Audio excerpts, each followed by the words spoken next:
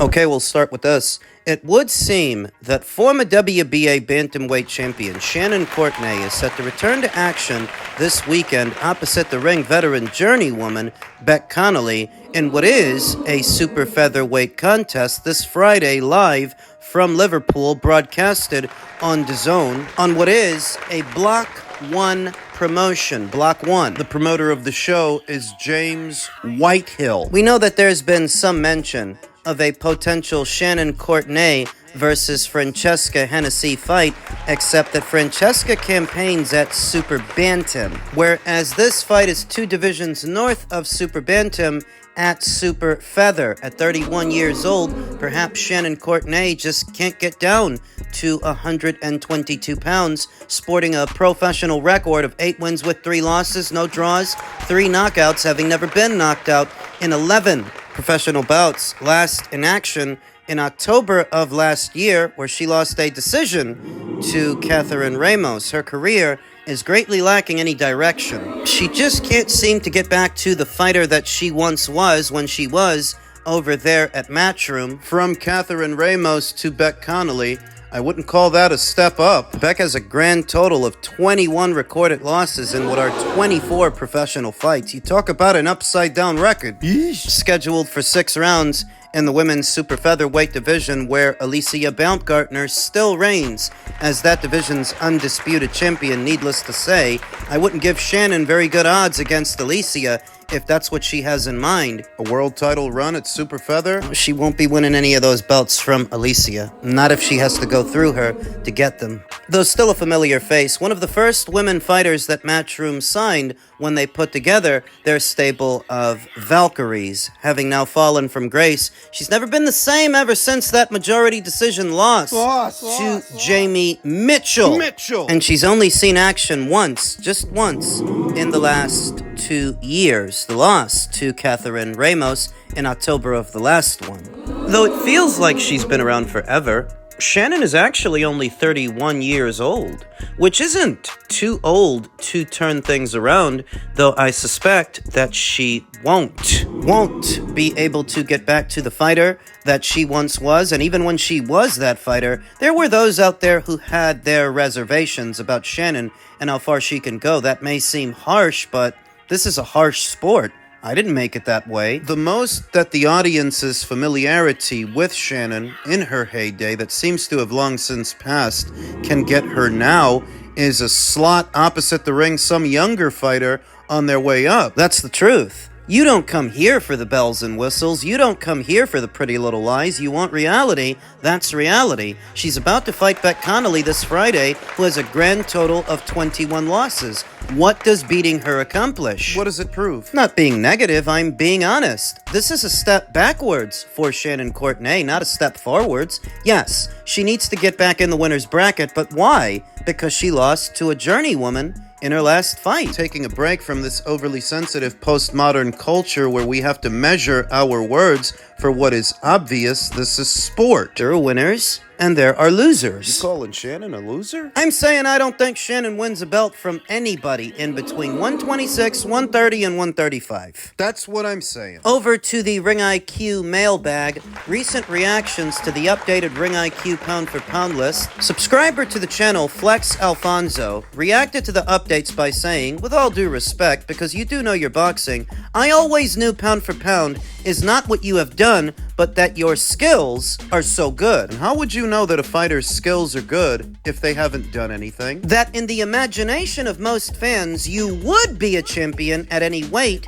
if you were there. Why the hell would we have to use our imagination over reality and what a fighter has actually accomplished? 140, 154, 160, etc. Example, Hagler. That's why some didn't put heavyweights. No, that's not why they didn't put heavyweights. What they were trying to say by not putting heavyweights on a pound-for-pound list is that a smaller fighter might be more skilled even though he's not as big as a heavyweight. The reason they didn't use heavyweights on a pound-for-pound list is because they were already more popular than the smaller fighters, and bigger. So that if a heavyweight beats up on a middleweight or a light heavyweight, it's not necessarily because he's more skilled, because he's a better boxer, he's just bigger. This isn't rocket science. You take a fighter like a Chocolatito, who's very accomplished at the lower weights, and you throw him in there with a middleweight, he's likely going to lose. Not because the middleweight is more skilled, but because the middleweight is bigger. This isn't rocket science. Different pound-for-pound lists go by different metrics and different hierarchies of thought,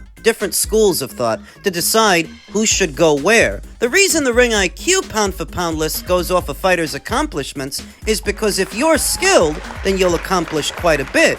And if you're not, then you won't. It isn't rocket science. How could a guy be one of the most skilled fighters in the world and not be able to win an alphabet title? Not be able to win a belt from anybody? If he can't win a belt from anybody, then how is he skilled? He isn't. It isn't rocket science. If you are, in fact, one of the most skilled fighters in the world, those skills will allow you to accomplish quite a bit.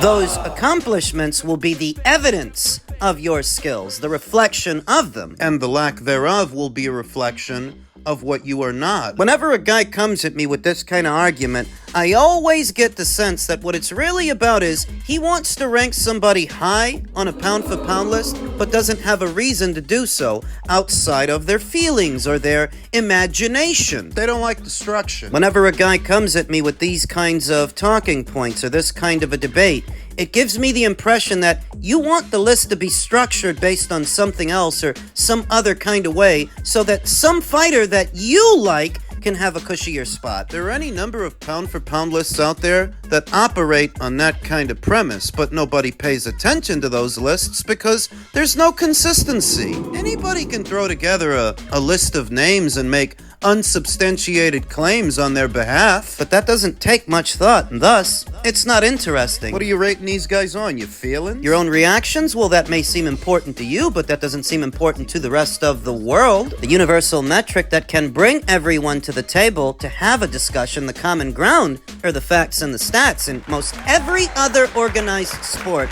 facts and stats matter, except in boxing. To a small substrata of individuals, they want evaluating a fighter to be based on something other than the facts. What? Your feelings? We're supposed to rate how skilled a fighter is or how skilled a fighter isn't based on your feelings. Your imagination. What transpires inside of your own mind. This is intended to be a better metric for gauging skill than accomplishments. Skill, boxing skill, is not some immaterial, ethereal property that cannot be measured. It cannot be gauged. It actually can, because there's a difference between a lazy jab and a proper jab. And if you don't know what it is, then you shouldn't harp about skill and who's skilled and who isn't. A pivot, a shift, an L-step, these are all skills. Countering ability is a skill. Setting traps is a skill. Movement. Any number of determining factors that can tell you how skilled a fighter is and how skilled a fighter isn't, alongside their accomplishments. Because anybody can look skilled against ham and eggers and journeymen. This is where resume matters. who you're fighting and who they were when you fought them? Are you fighting world-class contenders? Are you fighting champions? Reigning champions, not former champions, not guys who used to have a belt. Keith Thurman used to have a belt. He used to have two. He doesn't have a single one now. So when Brock Jarvis fights this guy, is he fighting a champion or is he fighting a has-been? Because you don't know what a has-been is? Another guy who goes by the name Martin, same school of thought as the Flex Alfonso guy, tried to say that David Benavidez fought champions in Lemieux and Vosdick and Plant. Oh, really? Then what belts did he win from those champions? He even brought up David Morrell as one of these quote-unquote champions that David Benavidez fought. Is reality. Being a champion is a momentary state of being. It's something that you have to maintain. And David Lemieux, for example, was not a champion at super middleweight just because he used to be a champion at middle. He wasn't a champion anymore. He didn't have a belt. Neither did Demetrius Andrade. Neither did Caleb Plant when David Benavidez fought him. Neither did Vosdick when David fought him. Goes back to what I said. You're trying to compensate for a weak resume because you like this guy. You want to pretend that he fought a bunch of champions when he didn't win a belt from any of them guys. The one guy he did win a belt from, and it's not even a real belt, was David Morrell. But David Morrell was never a champion at light heavyweight. He was just a mandatory. The lengths these small minds go to try to bend reality to their will, to their feelings, I mean, you can do that by yourself. The rest of us are not going to play along. David Benavidez did not win a belt from any of them guys. What the hell are you talking about? What you're trying to do is make him seem like he's more accomplished than some other fighter because you know he doesn't make the cut. So when I make a factual statement like Zerto Ramirez has been a champion at more weights than David, he's beaten more champions and taken their belts from them than David, that's a factual statement. You don't like it, but I don't care. You can make your own little list based on whatever you want to base it on, but around here, facts matter. Stats matter. This is not the land of make-believe where we're all subject to your imagination. If you have to use it that much, it must mean that the guy you're caping for isn't accomplishing anything. So then why the hell should we rate it? I'm really focused on just whooping Devin Haney's ass again. That's all I'm really worried about. So, just to not even redeem myself, but just cement that bullshit fucking Austrian bullshit. You know, what you probably did set up. We know you did that. Where's your little brother? Is your brother in the house? Because your brother knew before everybody else, and you don't answer that question. My little brother right there. Okay, so how do you know before everybody else? Ryan is still trying to make it Devin Haney's fault that he tested positive for Osterin, asking how did Devin's little brother know that he would pop hot? Well, wasn't Gervonta Davis saying the exact same thing a year before? How did he know? It doesn't get said enough that the first guy to accuse Ryan Garcia of using PEDs wasn't Devin Haney, wasn't Devin Haney's little brother. It was Gervonta ahead of his own fight with Ryan. While Ryan tries his best to make all of this Devin's fault, is it also his fault that the New York State Athletic Commission conducted their own test, and that one came back positive too? That one didn't have nothing to do with Vada. Nothing to do with Victor Conti, nothing to do with Devin. None of the shit you're implying. At this point, Ryan is just playing to the childishness of the crowd. He knows that this is a group of people that are less concerned with facts and more concerned with favorites. Feelings. It's very obvious that Ryan was doping. He probably still is doping. Look at who he hired. Justin Fortune, a PED user and a reputed PED dealer. It's Ryan's new strength and conditioning coach, a guy with the same kind of reputation as Victor Conti, same as Memo Heredia, Alex Ariza. In his heyday, Justin Fortune, he's cut from the same cloth as them, and he's your strength and conditioning coach. Coincidence? I think not. So if this is about innocence and proving Ryan Garcia's innocence, all of the evidence, anecdotal or otherwise, says the opposite. It's just playing to the crowd, and the crowd goes along with it. They eat it up because it's not actually about proving that Ryan was innocent. No, you guys made up your mind. You're going to go with whatever he says. Because you like him more than some other guy. In this instance, well, you like Ryan more than you like Devin, so never mind getting to the facts. The facts don't even come into it. I look at this as a testament to how much we have devolved as a society. You know, Devin actually got booed yesterday. His father, Bill, wasn't happy about it, the way that Devin Haney was being treated at yesterday's press conference, and he chose to lash out at Todd Grisham For the abuse that Devin's been receiving. And your son is still the undisputed champion of the world. I know you want to get that out. Youngest undisputed champion of the world, and you're full of shit. Me? You're full of shit. It's a fucking circus act. Devin is a real fighter, and you showed no respect up there. You showed no respect for what he's done for boxing. He's a 2-division champion and undisputed champion, and you're a piece of shit. Well, that's not kind of you to say. Well, I mean, I'm just telling you the truth. Well, why are the fans booing him then? Big fans of Devin Haney here in the house?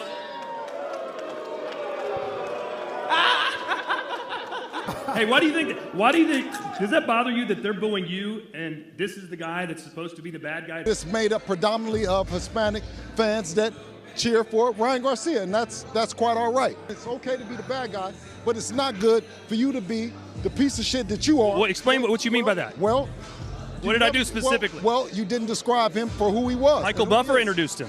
No, but you on the stage, you painted Ryan Garcia as if he's won something. He's a PED drug cheat.